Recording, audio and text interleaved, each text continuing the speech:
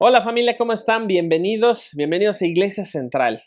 La verdad es que para nosotros es un gusto poder una vez más mirarnos, otra vez estar juntos en torno a la Escritura. Hoy es domingo 27 de septiembre y tenemos gozo en nuestro corazón de poder estar otra vez en torno a la Escritura y dando pasos a lo que pronto será nuestra reunión, pronto será estar juntos. Así es que antes de comenzar, quiero recordarles que es necesario que tengan su Biblia en la mano, que tengan a la familia reunida, y si tú estás acompañándonos hoy y nos estás sintonizando, te agradecemos que lo hagas, que permanezcas hasta el final y que veas todo lo que Dios quiere mostrarte a través de su palabra. Así es que comencemos adorando a nuestro Señor. Cantemos a su nombre. Recuerda mirar en la pantalla la letra y cantar al Señor. Así es que acompáñanos y cantemos a nuestro Dios.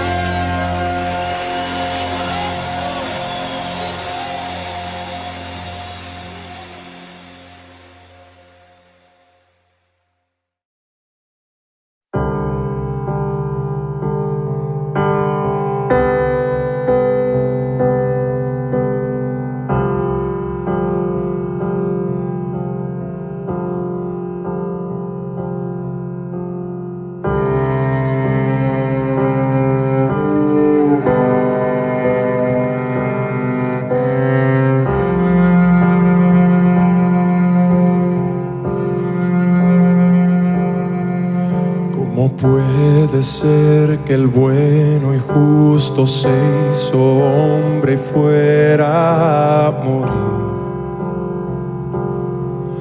por el más vil pecador?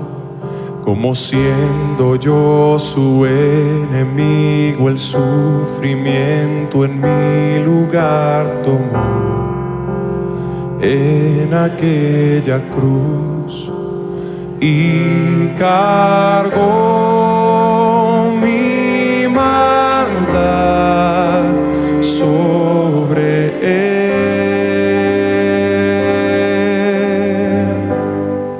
Su rectitud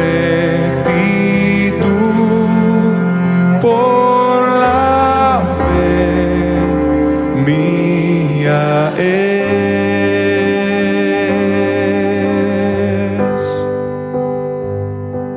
Aleluya, glorioso intercambio, oh cuán gran misterio, que por gracia salvo soy. Aleluya, gloria sea a Cristo por su sacrificio, declarado justo soy en él.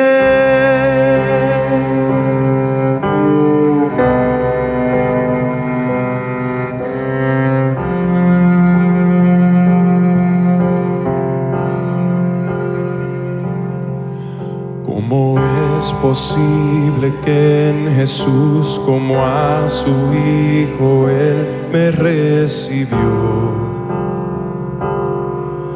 Y su nombre llevo hoy, su perfecta vida de obediencia al Padre, al yo creer, Él me otorgó y perdón me dio, pues cargó mi maldad sobre él.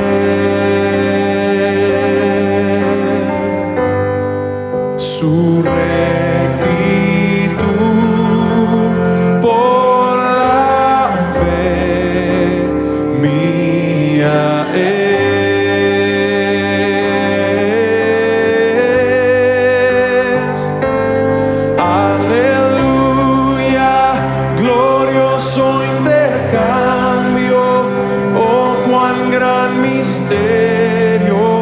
Que por gracia salvo soy. Aleluya, gloria sea a Cristo por su sacrificio, declarado justo soy. Aleluya, glorioso intercambio, oh cuán gran misterio, que por gracia salvo soy. Aleluya, gloria sea a Cristo por su sacrificio, declarado justo soy en él. Oh,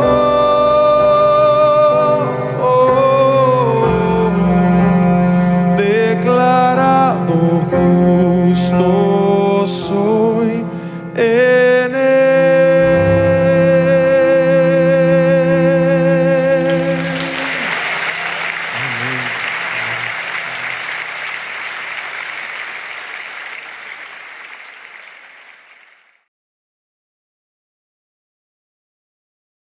Muy bien, pues entonces les decía hace un rato que vamos a comenzar otra vez a estar en nuestra serie que se llama El Evangelio de Jesucristo.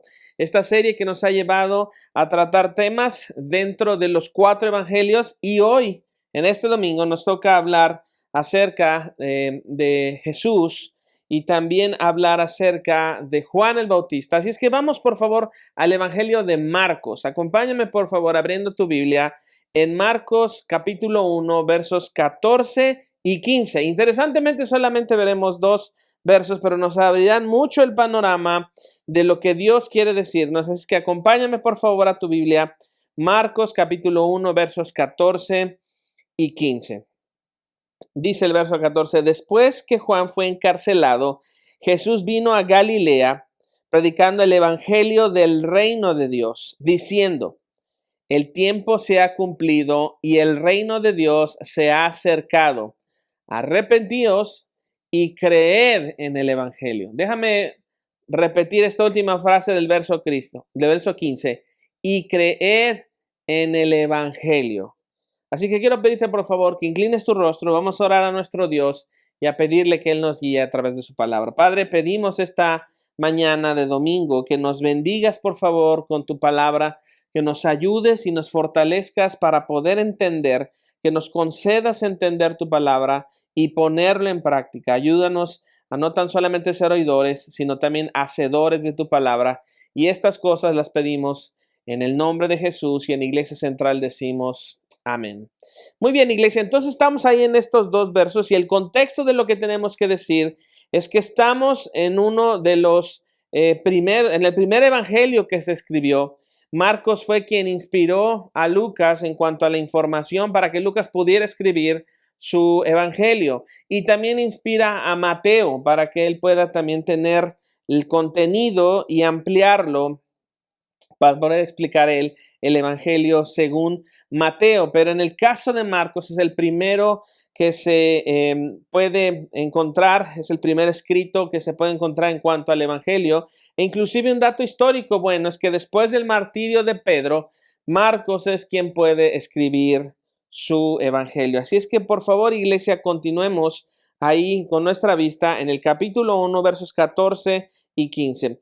Pero la semana pasada hicimos una pregunta y hacíamos esta pregunta a Jesús, hablando sobre ¿quién eres tú, Jesús, que te ofreces a nosotros como aquello que necesitamos? Y necesitamos recordar la pregunta y la respuesta que dimos, porque lo que queremos decir es que esta pregunta se resuelve con esta respuesta. Cristo es el Dios verdadero porque Él es el único que se ofrece a sí mismo a nosotros, porque Él es el único que sabe que lo necesitamos realmente. Y esto es algo que a ti y a mí nos coloca en una plataforma de la necesidad de la persona más importante en todo el universo, la persona de Cristo. Así que este domingo entraremos en el contexto también de lo que Marcos nos quiere decir, y entonces estamos con Jesús en la playa. Jesús está en la playa y él está por encontrarse con Pedro y está por encontrarse con su hermano Andrés y con Jacobo y con su hermano Juan. Él está por buscarlos a ellos y llamarlos para que vengan al conocimiento de la persona de Jesús, pero para que también vengan a servir con Jesús en estos próximos 3 años en los que ellos caminarán al lado de Jesús, vivirán 24 horas al día, 7 días de la semana, durante 3 años con Jesús.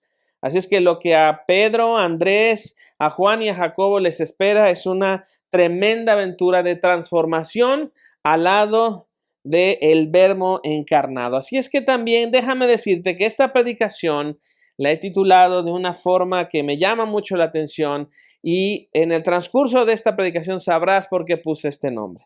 Así es que el título de esta predicación es: ¿quieres una vida fácil? Entonces aléjate de Jesús. Cuando vemos esto y cuando estamos hablando de lo que Jesús va a hacer al encontrarse con Juan, con Jacobo, con Pedro y con Andrés, antes de eso, la Biblia nos coloca en un momento determinado con personas determinadas. Mira el verso 14. Después que Juan fue encarcelado. Así es que quiero que subrayes en tu Biblia esa frase, después de que Juan fue encarcelado, porque la Biblia ahí se está refiriendo a Juan el Bautista. Así que tenemos que ver el contexto de esta pequeña frase, porque nos arroja a verdades que día a día para ti y para mí son verdades que nos transforman, porque viene de la verdad encarnada que es Cristo Jesús. Así es que hablemos un poco de Juan el Bautista. Juan el Bautista era hijo del sacerdote Zacarías y su madre era Elizabeth. y Zacarías estaba en un tiempo en el que a él le tocaba oficiar su trabajo como sacerdote, y él recibió el anuncio de que sería padre con su esposa Elizabeth. Ellos a una edad muy avanzada tuvieron a Juan, y Elizabeth era prima de María, la madre de Jesús. Así que entre Jesús y Juan el Bautista hay una relación familiar.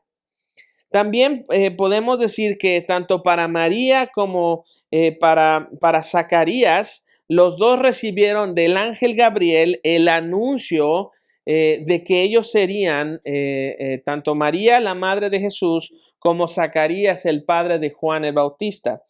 Y es interesante porque en el caso de Zacarías, él cuando escucha al ángel enviado por Dios, al ángel Gabriel, él se queda atónito y no cree que esto sucederá. Y entonces Gabriel le responde que él se va a quedar mudo hasta que esto acontezca, porque él está delante de Dios y viene anunciando lo que Dios le ha dicho. Y entonces, hasta que esto suceda, hasta que venga el alumbramiento del nacimiento, perdón, de Juan, entonces él va a poder hablar. Y en el caso de María, también ella recibe el mensaje de Dios de parte de Gabriel, y entonces ella recibe el anuncio de que el Espíritu Santo vendrá sobre de ella y ella va a poder concebir a un niño.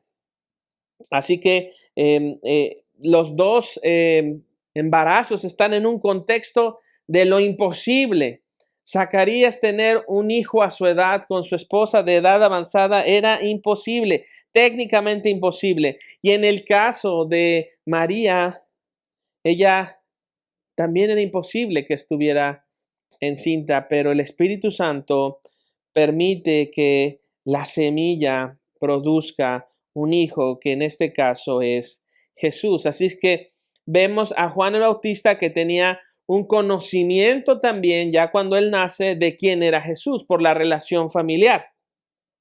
Entonces Juan conocía a Jesús como hombre, como el hijo legal de José, y tenía un conocimiento familiar, un conocimiento humano transmitido por los padres de Juan hacia Juan para decirle, él es Jesús. Pero también él tenía un conocimiento divino de quién era Jesús como el Mesías, como el Hijo del Dios viviente. Era un conocimiento sobrenatural transmitido por la revelación divina que Dios le concede a Juan el Bautista para identificar quién es Jesús. Por eso Juan capítulo 1, verso 29 dice, el día siguiente vio Juan a Jesús que venía a él y dijo, he aquí el Cordero de Dios que quita el pecado del mundo. La traducción TLA me gusta un poco más porque da más detalles y dice, al día siguiente Juan vio que Jesús se acercaba, entonces dijo a toda la gente, aquí viene el Cordero de Dios que quita el pecado de la gente del mundo. Por medio de él, Dios les perdonará a ustedes todos sus pecados. Así que el conocimiento que Juan tiene de Cristo no nada más es su relación personal, sino también el entendimiento divino que Dios le da a lo largo de los 30 primeros años de Juan para identificar quién es el Mesías, pero para anunciar quién vendrá después de él. Entonces Juan es enviado por Dios, es equipado por Dios para anunciar la venida de Cristo y además llamar al arrepentimiento y al bautismo de todos aquellos que se han arrepentido.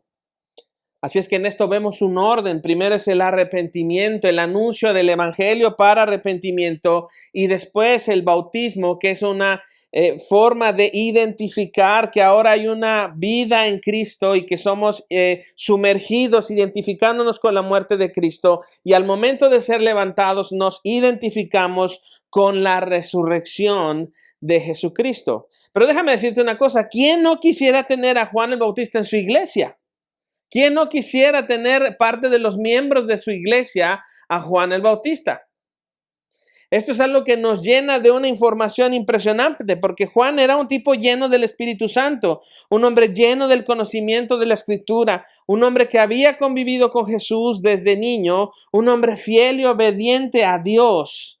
En Mateo 11 del 7 al 9, Jesús habla de Juan el Bautista y dice, una frase impresionante de él y dice, entre los hombres nacidos, nadie se ha levantado como Juan. Es un hombre que tiene la admiración de Cristo mismo. O sea, imagínate eso, o sea, no es cualquier cosa, no es cualquier persona, perdón, no es cualquier persona de la que Jesús está haciendo referencia. Y Cristo no nada más hace referencia de Juan como aquel cercano familiar, sino habla y dice, ninguno ha sido como Juan, ninguno ha sido fiel como él. En Juan 1:34, Juan el Bautista dice de Cristo, yo le vi y doy testimonio de que Él es el Hijo de Dios. Y mira qué interesante que Juan hace referencia a la vista que tiene Juan el Bautista y a uno de sus sentidos para reconocer a la persona de Cristo como el Mesías prometido, como aquel el Mesías que fue prometido por Isaías. Y que ahora Él es el anunciador, es la voz que va caminando delante de Cristo para anunciarle a todo el mundo, aquí viene otro del cual yo no soy digno de siquiera amarrar su agujeta, pero Él les anunciará lo que yo les estoy anunciando hoy en cuanto al arrepentimiento y en cuanto a que el reino de los cielos se ha acercado. Entonces, iglesia, estamos ante un hombre del Evangelio. Cuando hablamos de Juan el Bautista, estamos hablando de un hombre del Evangelio. Que el Señor nos conceda a los hombres de Iglesia Central ser hombres del Evangelio, que como centinelas podamos ser hombres del Evangelio. Que cuando otro hable de nosotros pueda decir, Él es un hombre del Evangelio. Que tu testimonio y mi testimonio sea guardado por Dios, pero ejecutado por nosotros, inspirados por Dios, para que siempre estemos delante de Dios como hombres del Evangelio. ¿Qué reconocimiento mayor puede recibir otro hombre que Cristo mismo diga, ninguno se ha levantado como él? Pero regresemos al verso 14 y mira, recordando esta frase, porque nos vamos a parar ahí para poder trasladarnos a otro lugar. Pero Juan ahora está encarcelado. Cuando Marcos está relatando el encarcelamiento de Juan, nada más nos da ese dato, pero cuando tú vas al Evangelio de Juan y al Evangelio de Lucas hay un poco de mayor información de esto. Pero en este momento Juan está en la cárcel. Y esto es algo que llama mucho mi atención. Eso es algo que me levanta mi atención cuando lo leo en la Escritura. Y antes de continuar ahí, quiero que dejemos tú y yo a Juan en la cárcel. Quiero que esa frase esté muy clave ahí para ti. Pero quiero hablarte también de otro hombre. Desde hace 8 años atrás hasta el día de hoy, siempre me acuerdo de alguien que en 1650 nació en Escocia, un hombre llamado Henry Scougal, que murió a los 30 años de edad, víctima de tuberculosis. A los 17 años él escribió una carta para un amigo que estaba desanimado por la falta de resultados en el ministerio. Y su carta él la tituló La vida de Dios en el alma del hombre. Déjame repetirte otra vez esto. La vida de Dios en el alma del hombre. Y Henry escribió una frase dentro de esa carta que después se convirtió en un libro y que muchos hemos leído y que ha transformado nuestra forma de ver a la persona de Cristo. Y esta frase es realmente atraccional y nos coloca para ver quiénes somos, pero nos coloca para ver también quién es Dios. Y esta es la frase: el valor de un alma se mide por el objeto de su amor. Así es que si tú quieres escribirla ahí en tu Biblia o en tus notas, déjame repetírtelo. El valor de un alma se mide por el objeto de su amor. El valor de tu alma es medido a través del objeto de tu amor. Cuando tú quieres tratar de entender qué es lo que Dios te ha dado por alma, entonces tú tienes que ver que tu alma está diseñada para conocer a Dios, para amar, pero eso se mide por el objeto de su amor. ¿Qué es lo que tú amas? Va a decir lo que tu alma tiene trayectoria y medida. Mi pregunta para los hombres y para las mujeres de la Biblia, aquellos que vemos desde Génesis hasta Apocalipsis, en los evangelios, en los profetas mayores, en los profetas menores, en los libros históricos, en Salmos. Mi pregunta para los hombres y las mujeres de la Biblia y de la historia de la iglesia hasta el día de hoy es: ¿cuál es el objeto de su amor? ¿Qué es lo que mueve la vida de hombres como Juan el Bautista, como Pablo, como Nehemías, como Moisés, como Isaías, como Esther, como Ruth, como María, la madre de Jesús, como la misma Elizabeth? ¿Qué es lo que mueve el corazón de estas personas? Estos hombres y mujeres no tuvieron una vida fácil y por eso no se alejaron de Cristo. Porque lo contrario sería alejarse de Cristo para no tener una vida fácil. Así es que, amada iglesia, quiero que tengas esto en tu mente. La vida cristiana, verdadera, bíblica, inspirada por el Espíritu Santo, con la trayectoria de ser como Cristo, yendo hacia donde está el Padre, no es una vida fácil. No es una vida fácil ser cristiano. No aspires tú a tener una vida sencilla y fácil en el aquí y en el ahora, en el que ya somos, pero todavía no, porque nos falta una trayectoria. No aspires a tener una vida fácil. Si tú quieres una vida fácil, tienes que alejarte de Cristo. Si tú quieres una vida sencilla en el que todo esté bien, en el que todo esté controlado por lo que dices, por lo que haces, por tus aspiraciones, no es posible tener una vida fácil. Tú y yo tenemos que ver a la persona de Pablo y las dificultades que él atraviesa: perseguido, golpeado, difamado, no apreciado. Algunos historiadores dicen que su espalda era como una gelatina por la cantidad de veces que recibió golpes y azotes. Un hombre que hasta necio por predicar el evangelio era golpeado, sacado de la ciudad y una vez más se metía a predicar el evangelio. La vida cristiana no es fácil. No es fácil. Estos hombres y mujeres no tuvieron una vida fácil porque no se alejaron de Cristo. ¿Por qué no se alejaron de Cristo? Y con esto quiero unirlo a la frase de Henry. Porque el objeto de su amor, el objeto del amor de su alma era Cristo Jesús. El objeto de amar, el objeto de estar amando y conducirse por el amor no era aspirar a una vida presente y futura fácil, buena, sino era vivir para Cristo. Y eso hacía de su vida algo bueno, algo extraordinario. Porque el objeto de su amor era la persona de Cristo. Así es que yo quiero hacerte unas preguntas. Y necesito hacerme estas preguntas.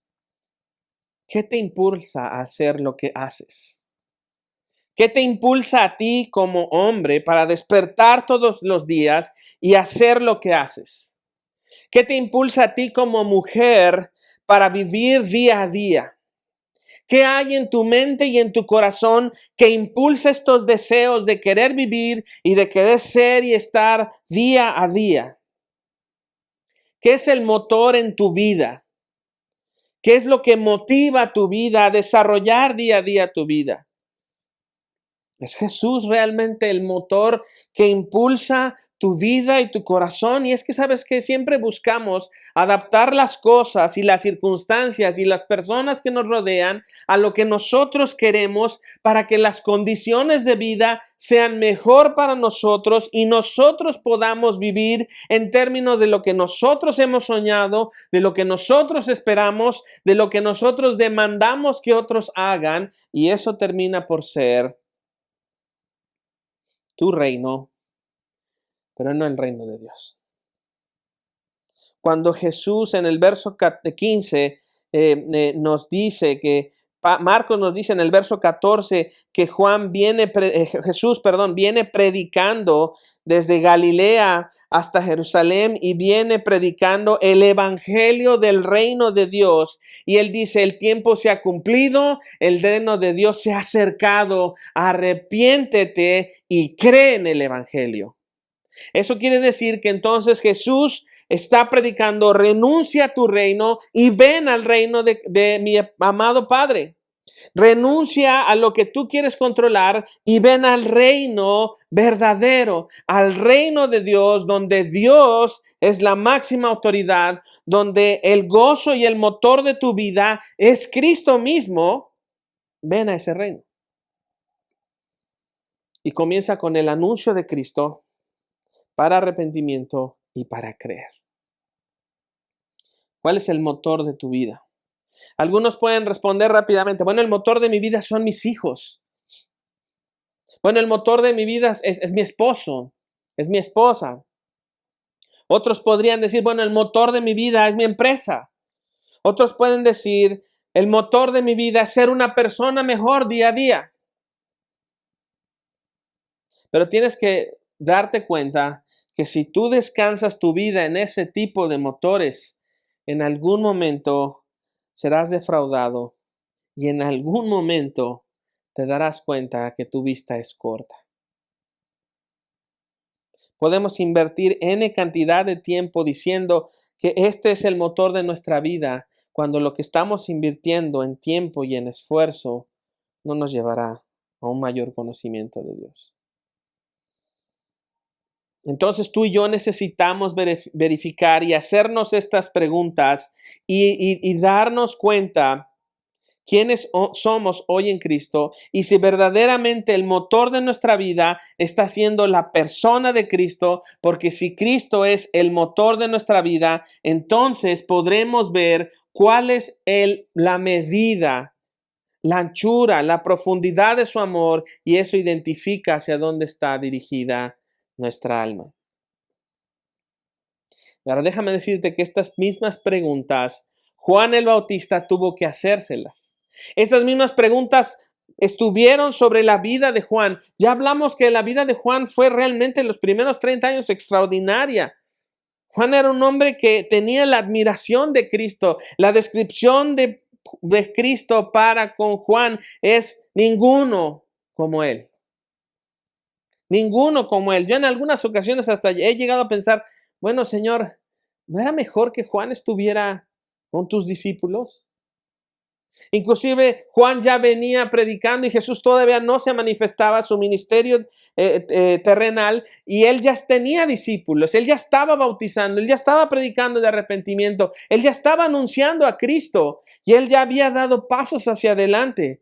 Él ya tenía algunos que pertenecían y la comunidad sabía que eran discípulos de Juan.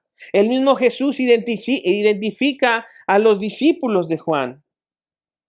Pero Juan tiene que detenerse y hacerse estas mismas preguntas que tú y yo nos estamos haciendo, y que en el caso de Henry Scougal nos ayuda a ver todavía un panorama mucho más amplio y cómo acercarnos en un zoom para ver quiénes somos realmente.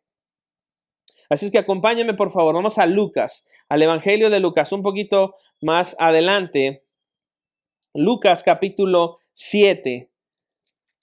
Lucas capítulo 7, versos 18 al 20. Y ahí entenderemos cuál es el contexto y qué estaba haciendo Juan cuando tuvo que cuestionarse en estas preguntas e identificar. Recuerda que estábamos mirando que Juan está en la cárcel. Juan está ahorita en un punto en el que su situación es terrible.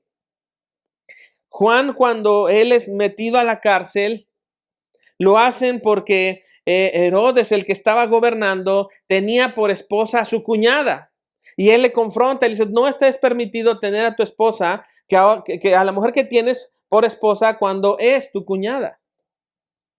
Él no tiene miedo, él habla de la verdad ante cualquier sociedad, y entonces él sufre y es metido a la cárcel. Entonces estamos en Lucas capítulo 7, verso 18. Decíamos que Juan tiene discípulos. Entonces Juan no la está pasando bien en la cárcel y manda a llamar a sus discípulos. Y mira verso 18. Los discípulos de Juan le dieron las nuevas de todas estas cosas, y llamó Juan a 2 de sus discípulos y los envió a Jesús para preguntarle, ¿eres tú el que había de venir o esperamos a otro? Cuando pues los hombres vieron a él, dijeron: Juan el Bautista nos ha enviado a ti para preguntarte, ¿eres tú el que había de venir o esperamos a otro?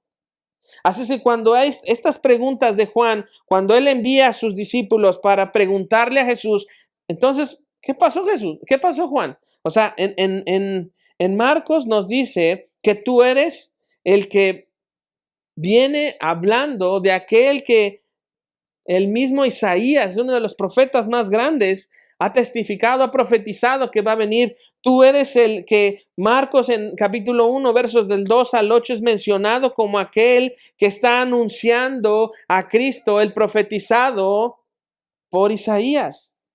El mismo Juan, tú mismo Juan, dijiste que tú lo habías visto y das testimonio de que es el Hijo de Dios. Ahora, ¿por qué tú le dices a tus discípulos, oigan, vayan a preguntarle a ver si realmente Él es el que esperábamos? Juan tiene que hacerse esas preguntas. Y tiene que, ¿de verdad es Él? Imagínate lo que en la mente de Juan estaba mientras él está en la cárcel, porque el pago para Juan por decir la verdad es estar en la cárcel. Y posteriormente, cuando la hija, de la mujer de Herodes baila en un banquete que Herodes da, y esto cautiva a Herodes, a un hombre carnal y malvado, que además era amigo de Juan, pero tenía que encarcelarle para callarlo. Y esta mujer baila y Herodes le dice: me encantó lo que has hecho. Es más, te daría la mitad de mi reino. Pídeme lo que quieras y te lo doy. Él quería quedarse como el gran hombre que podía hacer lo que quería. Y esta chica va con su madre y le dice: ¿qué le pido? Y esta mujer malvada, caprichosa, le dice: pídele la cabeza de Juan el Bautista en una charola de plata. Y este hombre, para no desairarla y para no quedar mal frente a su banquete, pide al verdugo la cabeza de Juan.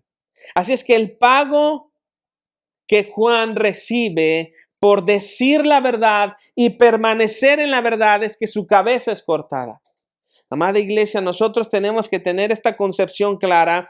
Nosotros podemos enfrentar en cualquier momento en este país una persecución por ser de la verdad en Cristo. Tú y yo podemos enfrentar eso. Que el precio de que nosotros digamos la verdad, ya sea en persona o a través de los medios, sea que perdamos la cabeza. Entonces regresa al escenario, regresa al momento donde Juan está en su celda, antes de que corten su cabeza. Y le dice a sus discípulos: vayan a preguntarle a Jesús si es Él el que estábamos esperando. A lo mejor me equivoqué. ¿Y sabes qué pasa cuando estamos en circunstancias difíciles? ¿Sabes qué pasa cuando tú y yo nos enfrentamos a momentos que no hemos calculado, a circunstancias que no veíamos venir? Empezamos a dudar. Y nuestra duda viene de lo profundo de nuestro corazón, porque es lo primero que el pecado siembra en tu vida.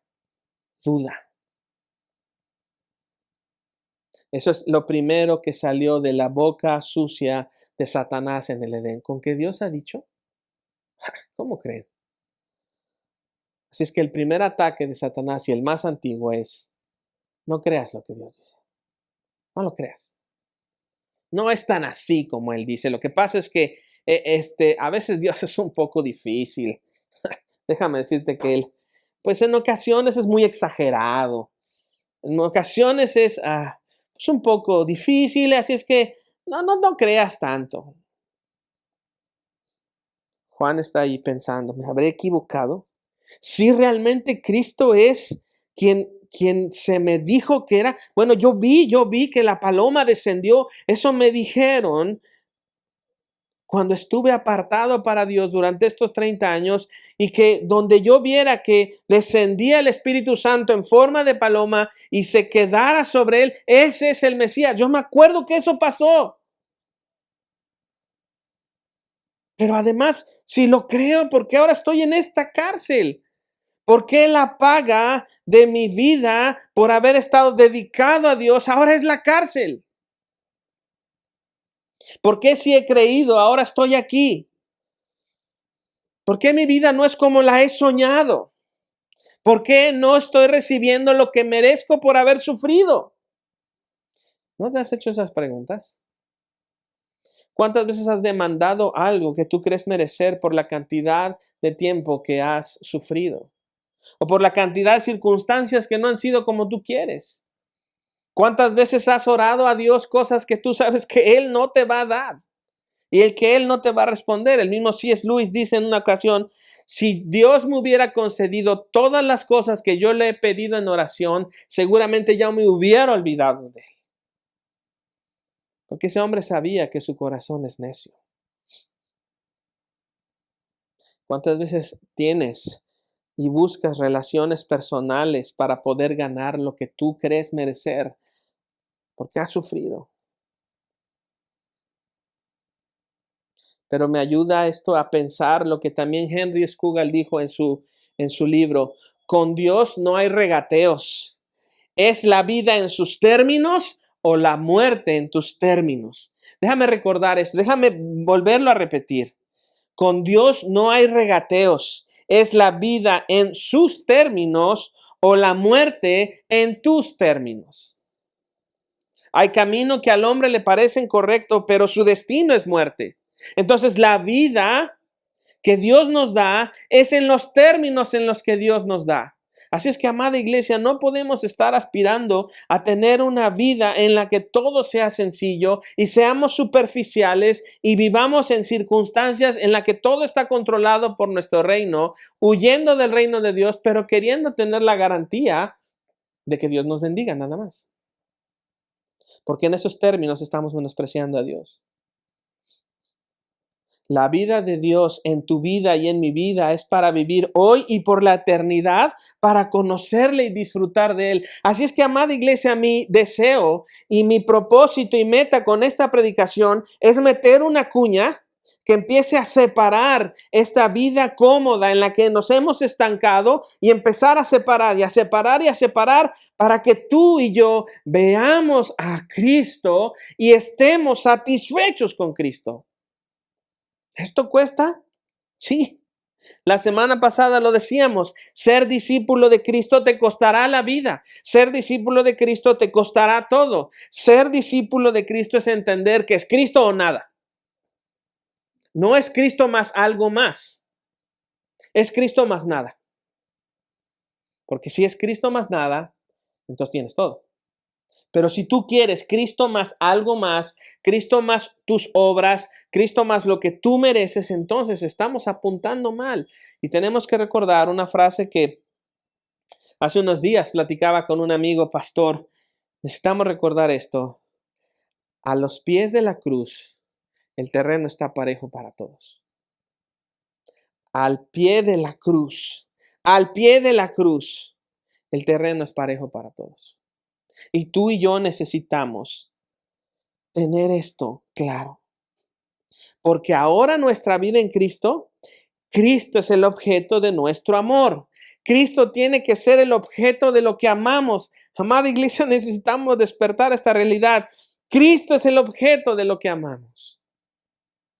Cristo tiene que ser la medida de cómo amas. Cristo tiene que ser la medida de cómo sirves. Cristo tiene que ser la medida de cómo tú y yo hablamos. Cristo tiene que ser la medida de cómo amamos a nuestra esposa. Cristo tiene que ser para ustedes, mujeres, la medida en cómo aman a su esposo, en cómo aman a sus hijos, en cómo aman a las personas que les rodean, en cómo amas a tus nietos, en cómo amas a tus vecinos, en cómo aconsejas, en cómo trabajas, en cómo te desgastas en el día a día. La medida de lo que hacemos y de lo que decimos tiene que ser Cristo. Así es que el estándar de Dios es muy alto.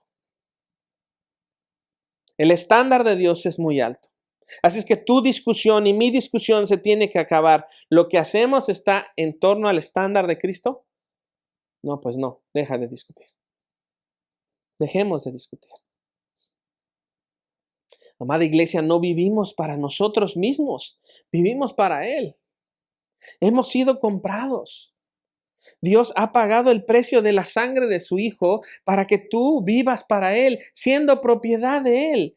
Cristo no murió para que tú hagas de tu vida lo que tú quieres. Es más, déjame decirte esto, Cristo no murió para que tú cumplas tus sueños. No. Nuestra vida, si estás en Cristo, ya no nos pertenece. Ya no me pertenezco, ahora le pertenezco a Él. El Evangelio es para conocer al Dios que nos ama en Cristo. El Evangelio es para conocer al Dios que nos ama en Cristo. Pero ahí está Juan en la cárcel. Y está así contrariado. ¿Qué hace falta en la vida de un hombre que tiene la admiración de Cristo mismo como para que acabe en la cárcel? Yo digo, Señor, pues Juan no le hacía falta nada, ya quisiera yo tener el currículum de ese hombre. Así es que recuerda esto, no es por obras para que nadie se gloríe, es por gracia. Y la gracia de Dios para Juan el Bautista es que él permaneció hasta la verdad, y aunque estuvo en una cárcel, y aunque dudó, y aunque le fue a preguntar a Jesús, la respuesta de Jesús para los discípulos de Juan es, él se voltea. Le están hablando, los discípulos de Jesús le están hablando, oye Jesús, mira, pues nos manda Juan el Bautista para preguntarte, oye, ¿eres tú el que ha de venir? Como que yo siento que alguno de los discípulos se acercó, es que él quiere saber si verdaderamente eres el Mesías.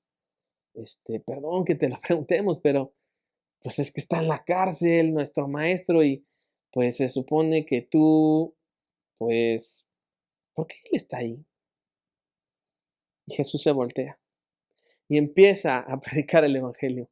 Y empieza a traer libertad a los cautivos. Y empieza a sanar enfermos, empieza a sanar a cojos, empieza a sanar ciegos, empieza a levantar Jesús el poder que es en él, completamente divino, completamente hombre. Jesús empieza a desbordar su amor y le dice a los discípulos de Juan, vayan y díganle que los ciegos ven, los que no escuchan, están escuchando. Los leprosos son limpiados. A los pobres les es anunciado el Evangelio. Regresan con Juan y Juan les corta la cabeza. Juan necesitaba comprobar la realidad de Cristo en su propia vida, porque él había sido el mensajero, pero ahora el mensaje tenía que transformar al mensajero. Así es que el Evangelio nos transforma. El Evangelio cambia nuestra vida. El Evangelio no es para que seas una mejor persona. El Evangelio es para que tengamos vida y conozcamos a la vida verdadera que está solamente en Cristo. Amada iglesia, necesitamos despertar. Amada iglesia, necesitamos despertar. Sí, hemos estado en este tiempo de pandemia. Sí, hemos estado en el hogar. Sí, hemos guardado, pero es momento ya de despertar y levantarnos y comenzar a creer en las cosas que Dios ha puesto delante de nosotros. Porque déjame decirte esto, la iglesia es esencial. La reunión de la iglesia es esencial. Y eso nos tiene que dar un entendimiento claro de que no podemos estar resguardados en el miedo. Sí podemos confiar en la prudencia que Dios nos da, pero no en el miedo. Porque el perfecto amor echa fuera el temor. Y ahora se nos ha presentado el perfecto amor en Cristo Jesús. Así es que, amada iglesia, es momento de dar el siguiente paso.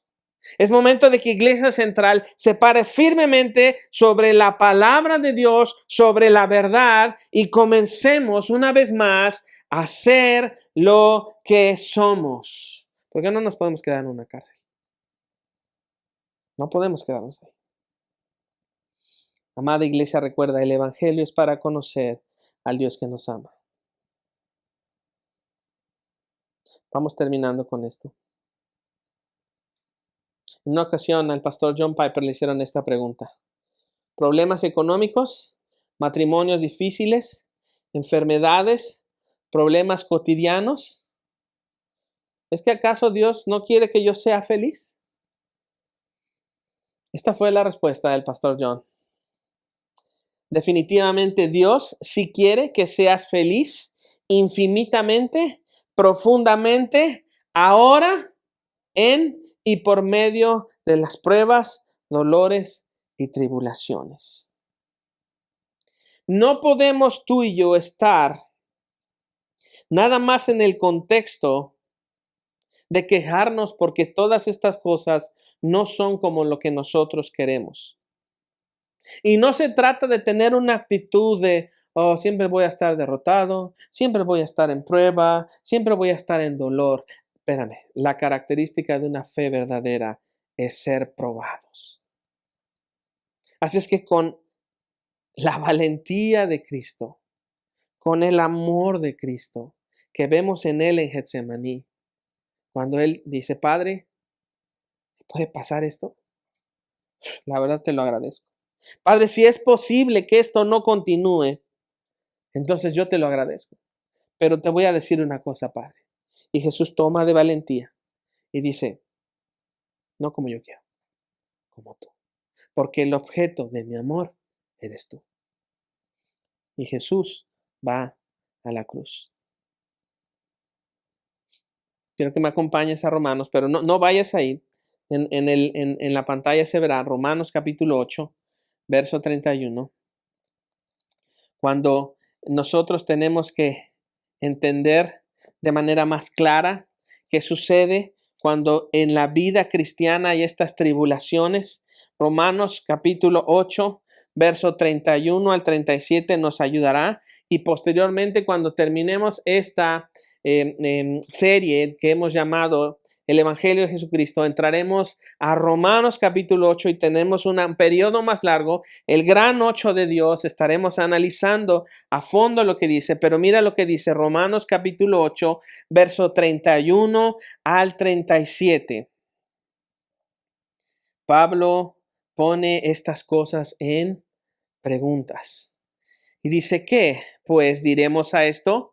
Si Dios es por nosotros, ¿quién contra nosotros? El que no escatimó a su propio Hijo, sino que lo entregó por todos nosotros, ¿cómo no nos dará también con él todas las cosas?